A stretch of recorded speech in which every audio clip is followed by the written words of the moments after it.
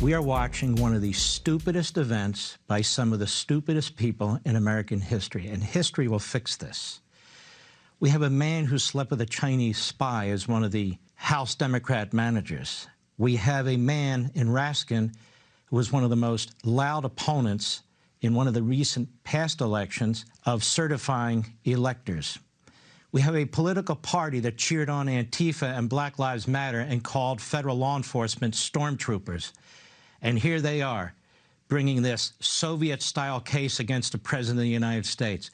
Have there ever been many stupid members of Congress in your life? And the senators sit there?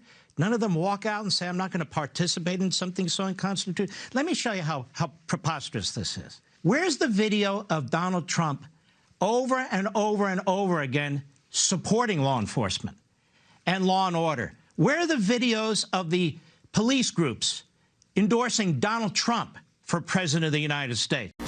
The union president says he can't remember the last time the PBA ever endorsed someone for president. President Trump has picked up the endorsement of Michigan's largest police union. The largest police union in Florida, now endorsing a candidate for the first time in 8 years. It's Donald Trump. Endorsing President Trump. Endorsing the president. The Cleveland Police Union's decision to endorse Donald Trump. The nation's largest police union, the FOP, announced it would endorse Trump. Endorsement from the NYPD Police Union. Police Officers Association of Michigan officially endorsed him for re-election.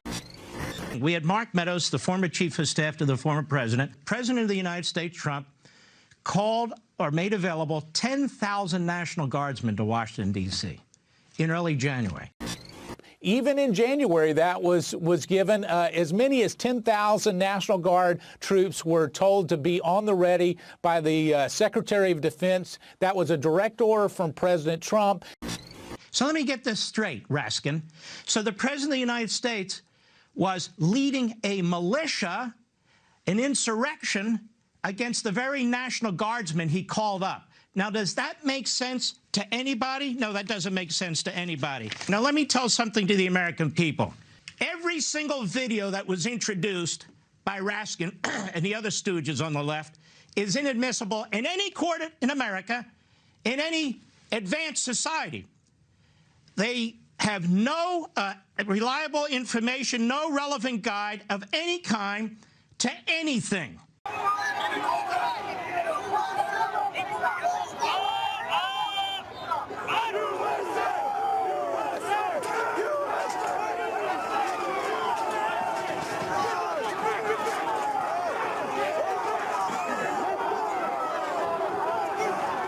Period. It has, all it is inflammatory. Affidavits signed by defendants that are drawn up by their lawyers, making these generalizations. Yes, I attacked and I committed crimes because I thought Donald Trump was directing me. It doesn't matter. The tooth fairy they can think directed them. That has no relevance. That would be inadmissible in a court of law. Well, Donald Trump spent months raising the illegitimacy of this election. Stolen election, allegations of fraud. That has absolutely no legal relevance either. If it did, we should take some crime tape and wrap it around the whole damn Capitol building and apply it to every member of the House and Senate. But even more than that, does everybody remember the post office was underfunded? Does everybody remember the disappearance of mailboxes? So what do they want to do? Cut the post office. This is completely obvious. 3 months before an election, Trump puts in a big donor to run the post office. And immediately, Trump's donor says, whoa, whoa, whoa, stop the clock. Let's reduce mail service. What? Make no mistake about it. We've had the Postal Service delivering ballots through wars, through a civil war, through Great Depression. And never, ever before have we seen a president or a political party try to weaponize it to systematically keep voters from voting. Everybody remember how the Democrats and the media were saying Donald Trump is going to suppress the vote in black and minority communities. LeBron James, we don't have enough remember all that? Setting the stage so if Donald Trump won re-election to claim that it was illegitimate. The Russia collusion crowd is back. The liars, the pathological liars are back. Just because they're dressed up as congressmen and senators doesn't much matter. What's lacking here? All the talk, all the video, what's lacking? Evidence.